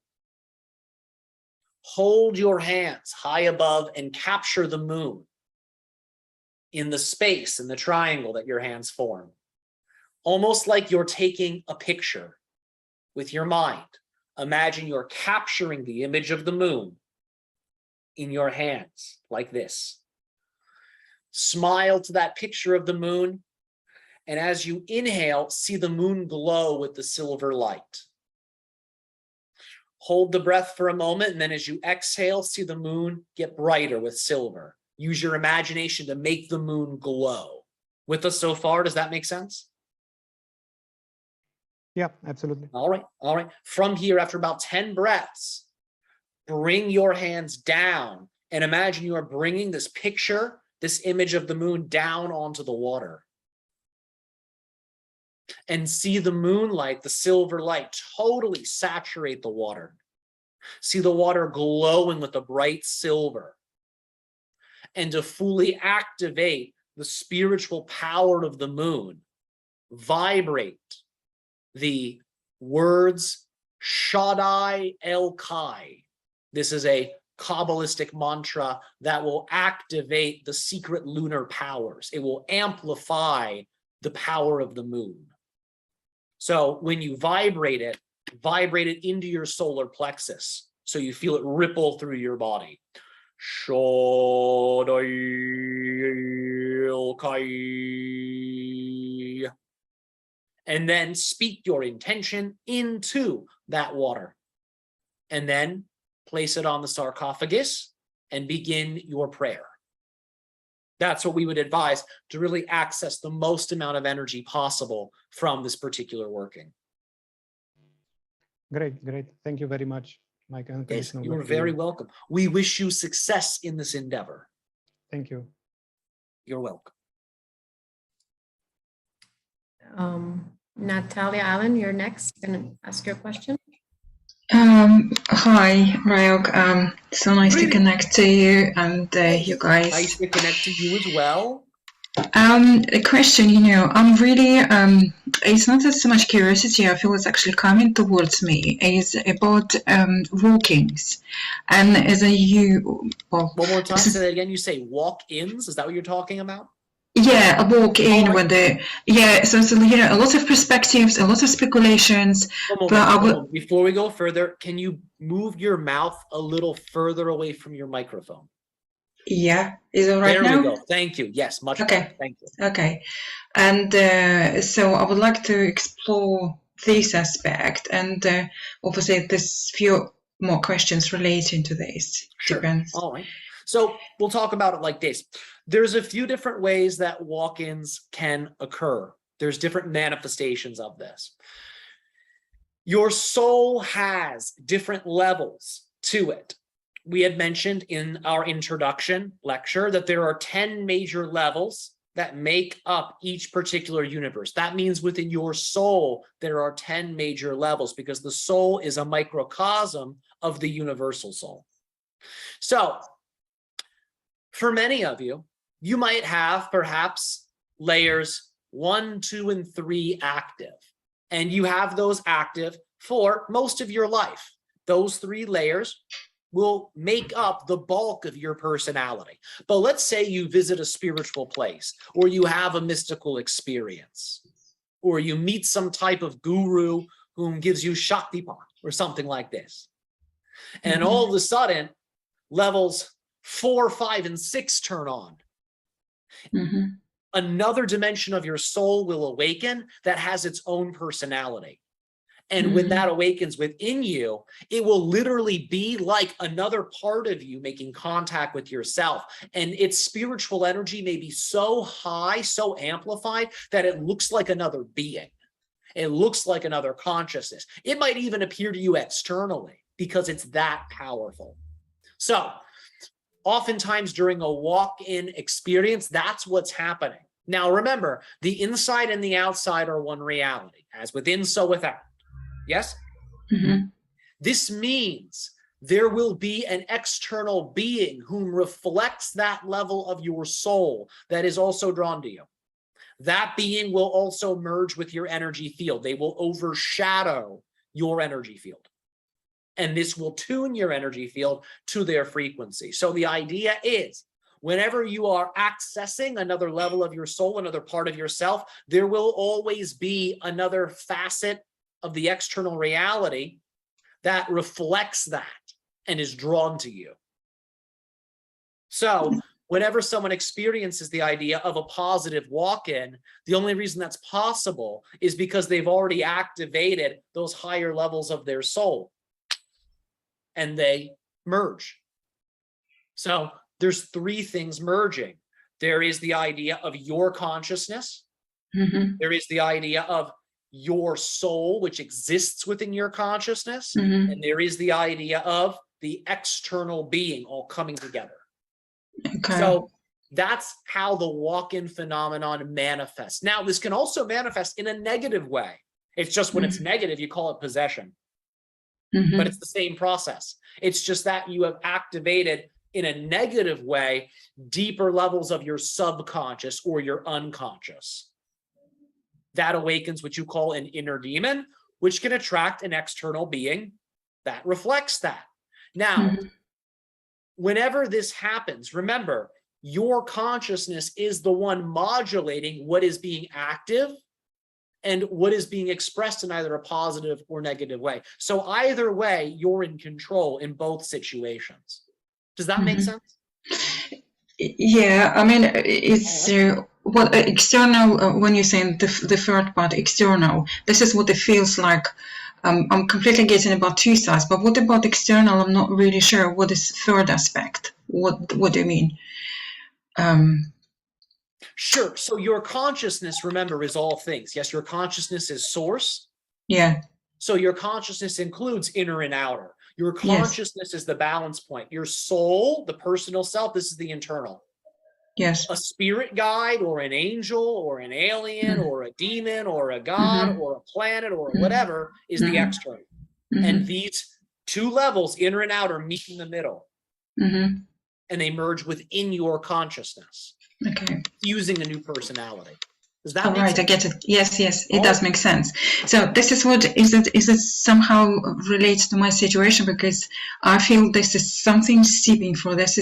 I am going like through sort of preparation for a big shift for myself. Is it this is what I'm going to experience, or it's, I don't know, my brain kind of making it up? Are you asking if you will experience this? Yes. It's likely you'll experiencing something of this ilk. Yes. Now, how powerful that is depends on the amount of energy you put into that process. If you become very conscious about this upgrading of your energy, if you become very, you could say, strategic and dedicated, devoted in relationship to this process, it might be a very powerful shifting and merging that you create.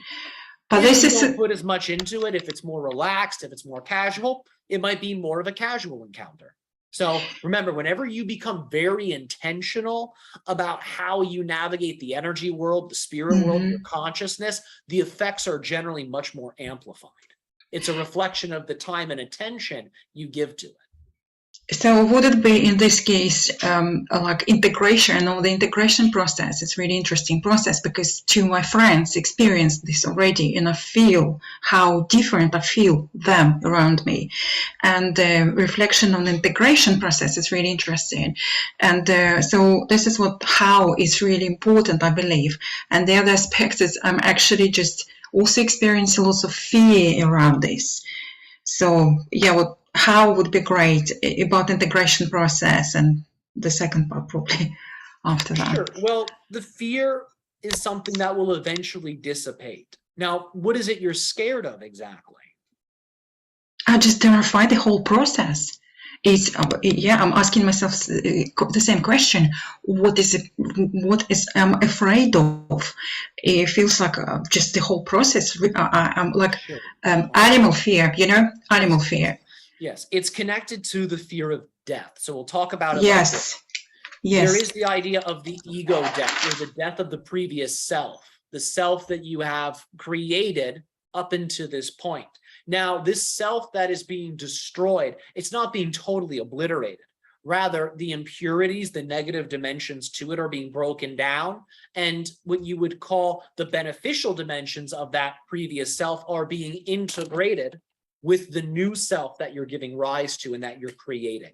So there is a type of death process that's taking place, but it's sort of psychological as well as energetic. Your nervous system translate that sometimes as physical death. So it turns on fight or flight, but really it's psychological and energetic. The idea is to remain relaxed through this process and to remind yourself that this process is guided. This isn't some type of random chaotic process. There is an intelligence behind your evolution. There is an intelligence behind this transition you're going through. And as you let go and relax into it, you'll find you become aware of the things that you need to shed, and you'll be able to do that more gracefully. But if you're on edge, if you're tense, sometimes you can scare yourself in your house of mirrors and you miss the thing you're being asked to let go of. But if you just remain relaxed and sort of kick your feet up a little bit, lean back, and just let the river take you, you'll be able to have the bigger picture perspective so you can see what you need to let go of and what types of changes. And you can do it in a more leisurely way. So those are the things we would advise in terms of the approach to take with this process. Okay, thank you so much. Brilliant, thank you. Yes, you're very welcome. Appreciate. We will take one more question and then we shall move into our meditation. Brent, you're next. You unmute yourself and ask your question. Hello. Thank you, Rao, for being here with us today. You're very welcome. How are you? I'm excellent, and thank you for your opening. It's always beautiful to understand how we are all one, how we are all connected. And if I could please have an offering on my journey. We had discussed before, I'll say in a negative way, feeling into people.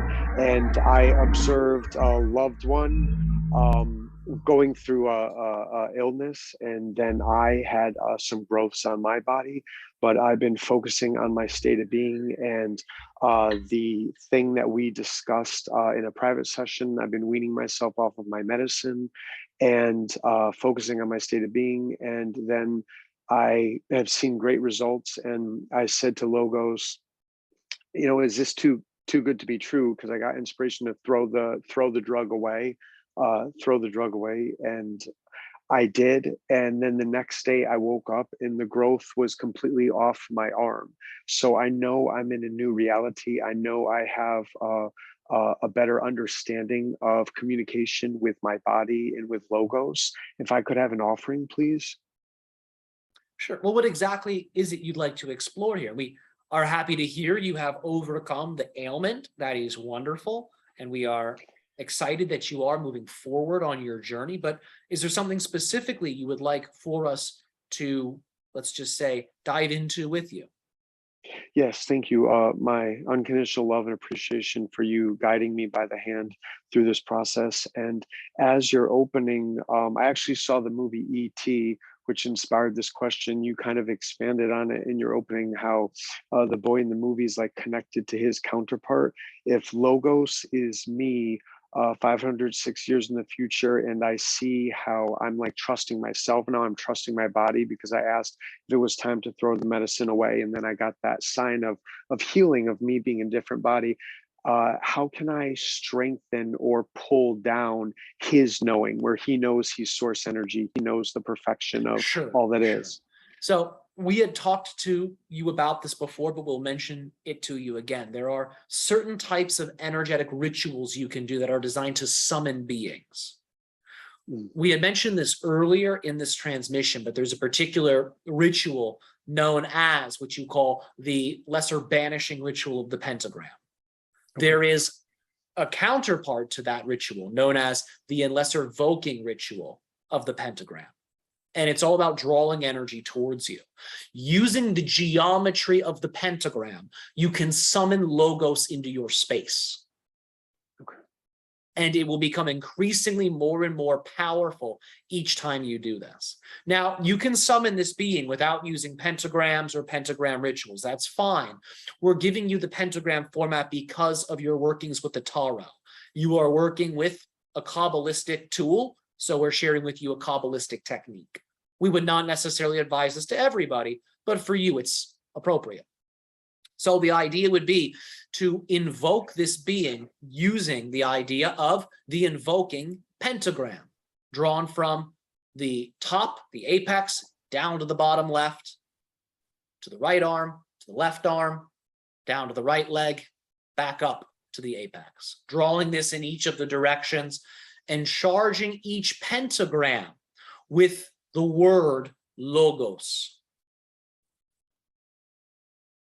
Now, to do this in a very sophisticated manner, it may require some guidance or instruction, but in general, we'll talk about it like this: charge each pentagram in each direction with Logos, and then see Logos emerge from each pentagram as if it's a doorway, as if it's a portal, before you, behind you, to your right, to your left.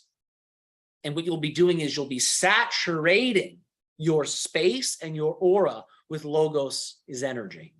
And it will become a more active part of your psyche. It will turn on in a greater way.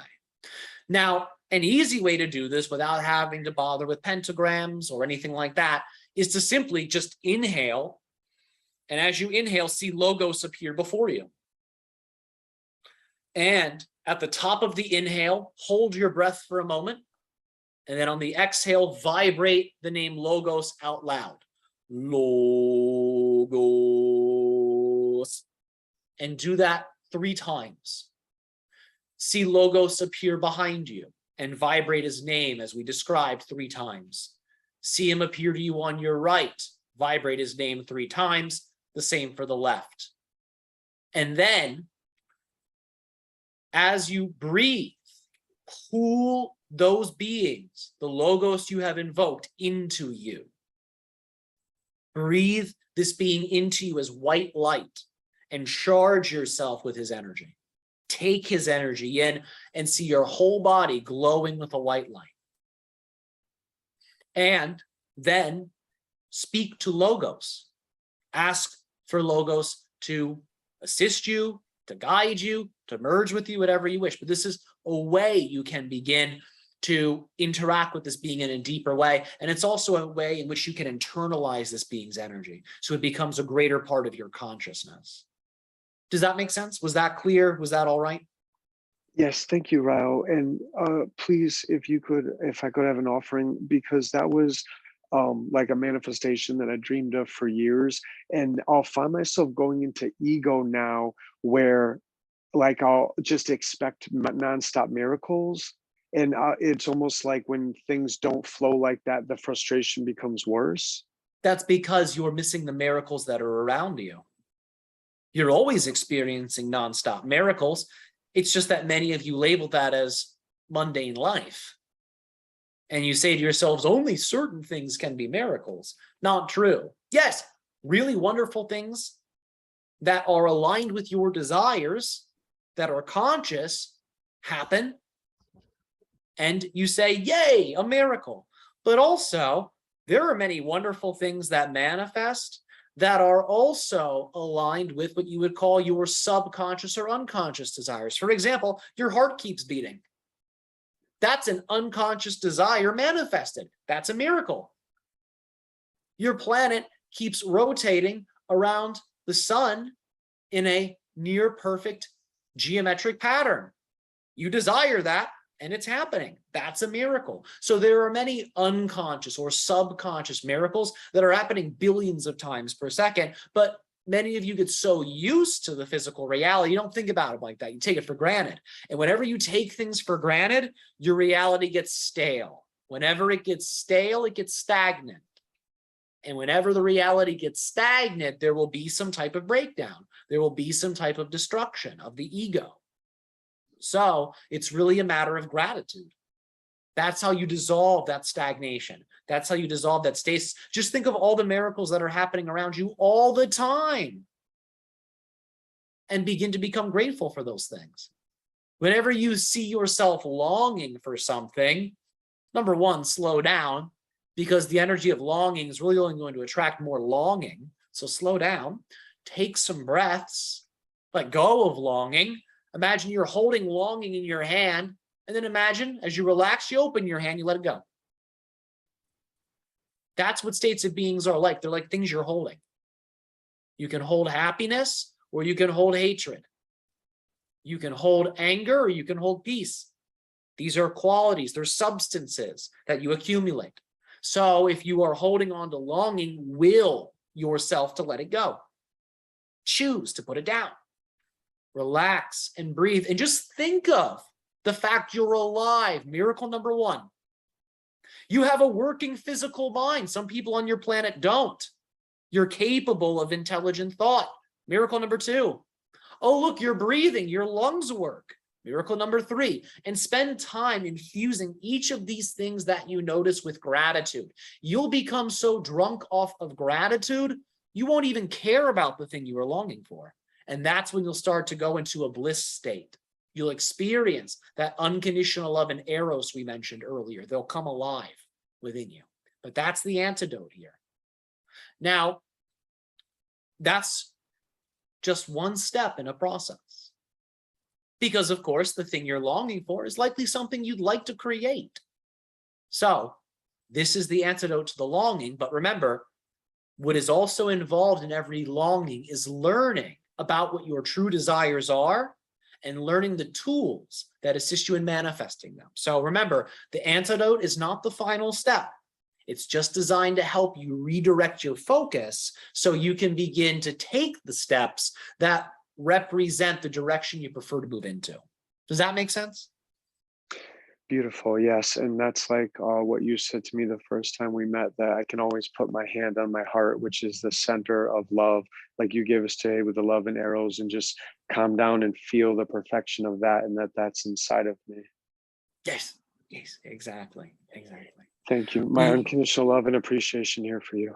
Of course, our unconditional love to you as well. We thank you so much for this interaction we have shared together today. And now we will begin our meditation. Allow for yourself to get into a nice, comfortable position. If you wish, you may lay down. You may lay down with your backs touching the ground in what is known as Shavasana pose, with your legs spread, your arms spread.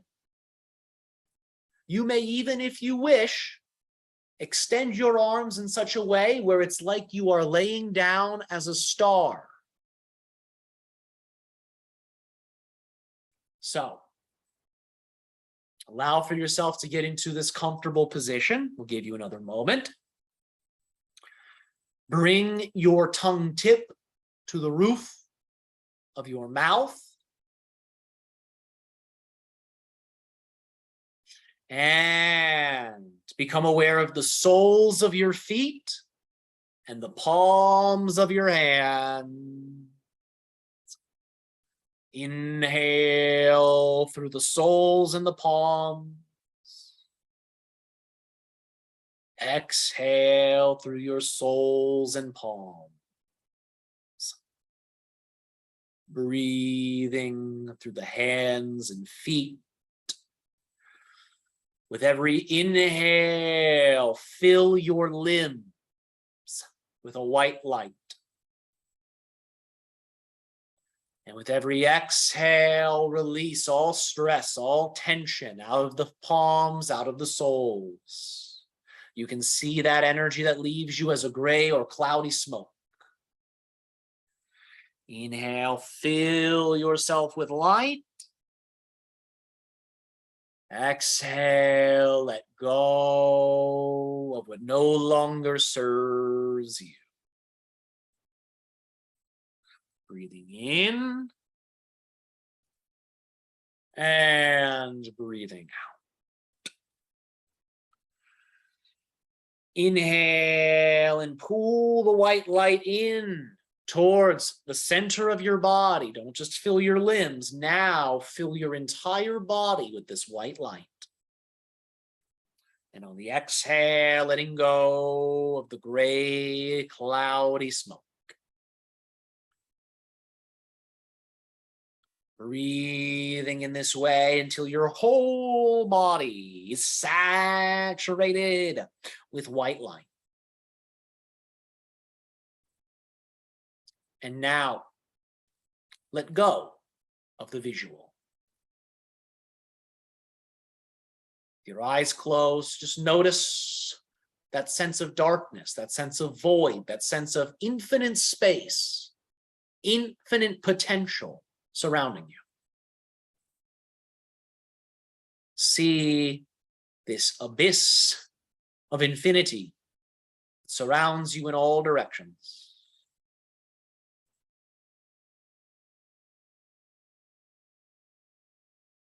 And see an orb of white light manifest before you. In the center of this sea, in the center of this ocean of blackness, see this orb of white light appear.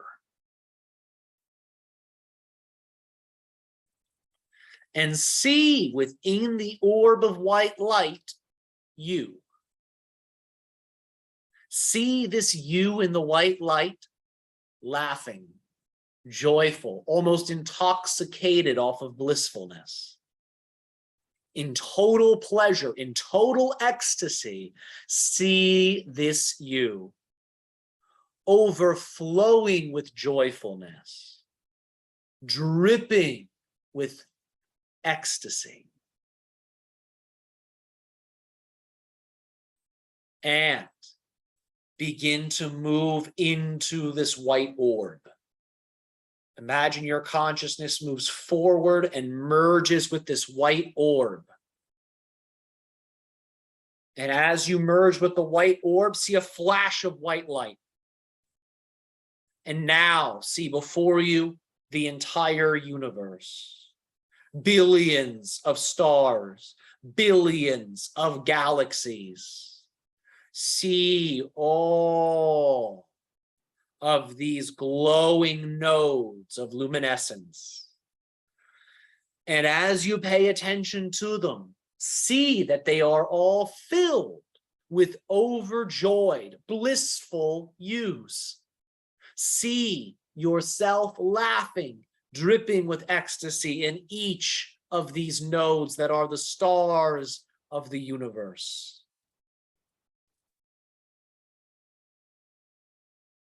See yourself sitting in the center of all of the galaxies that you can observe, laughing, filled with joy. See yourself in all of these stars. Become aware of a center star what you would call perhaps your galactic central sun, or in this instance, your universal central sun. See this star shining brightly, and see yourself in this star. See this you laughing. See this you overjoyed. See this you in total blissfulness. And send your consciousness into this universal central sun, becoming this you that has birthed every star within the universe, seeing yourself as the original founder. And as you merge with this star, see a flash of white light pulse, and feel in this pulse of white light how this central star is connected to all other stars within the universe. And from this central star, begin to visualize what you might call your highest desire. The desire that to you entangles what you most require in your life to take your next steps forward. A desire that represents your ultimate preferred reality. A desire that represents your spiritual destiny, whatever it is. Begin to dream this from the perspective of this universal central sun.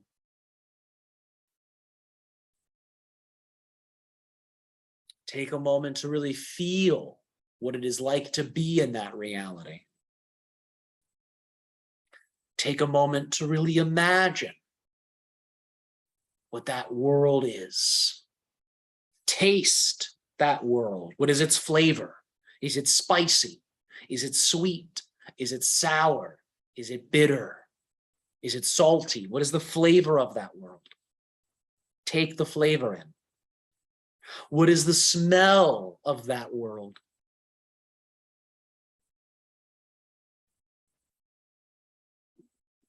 What are the colors of that world?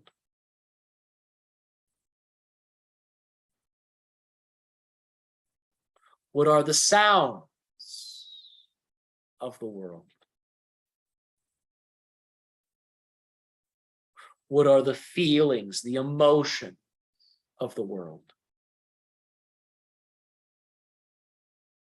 Holding each of these sensations at once, immersing yourself in this particular reality.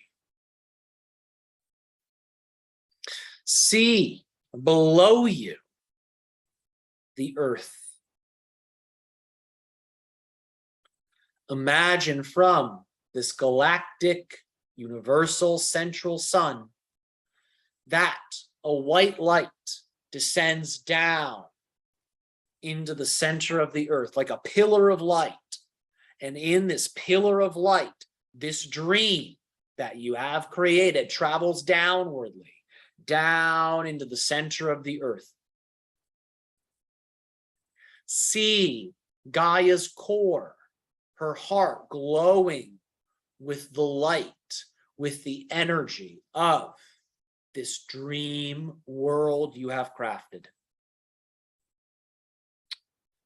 As you inhale, see that this light within the center of Gaia that contains your dream world expands and grows and fills her entire aura. See the entire earth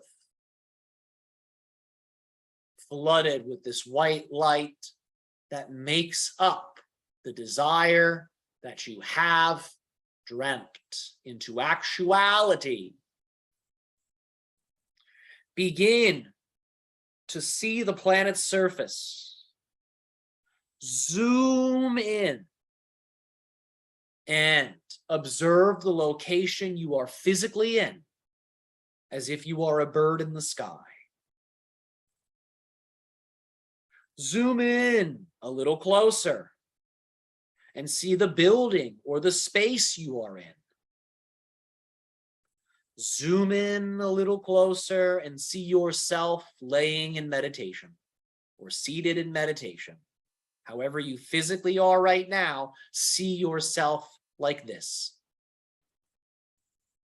Zoom in and observe your face.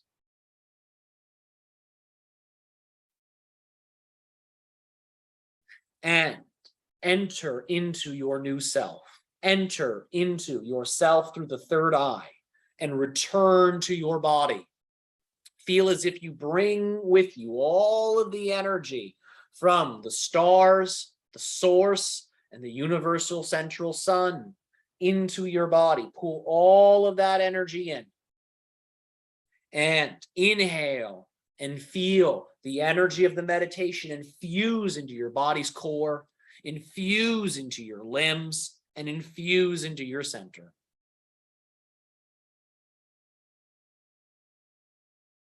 When you are ready, gently sit back up and return to a normalized position.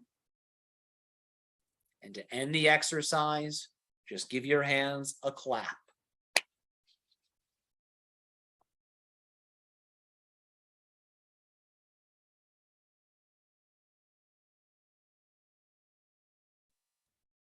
Repeat after us. I am now in my new reality.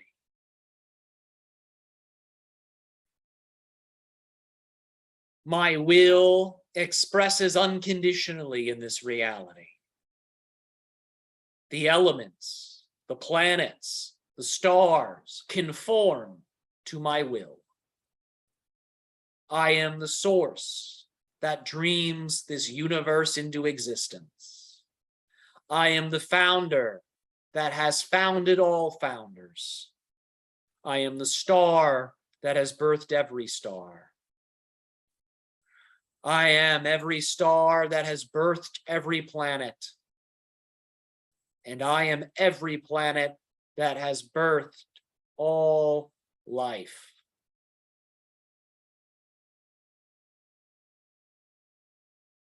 And I am all of life that has birthed infinity.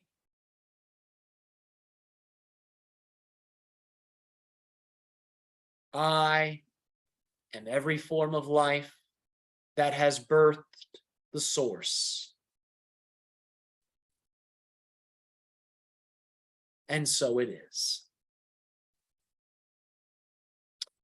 And to end the exercise, simply open your eyes. You can pat your head if you wish. You can massage your muscles to help you return to a normalized state of consciousness. We thank you all so much for this exciting co-creative interaction we have shared with one another this day. And as always, our species, unconditional love and appreciation to each and every single one of you.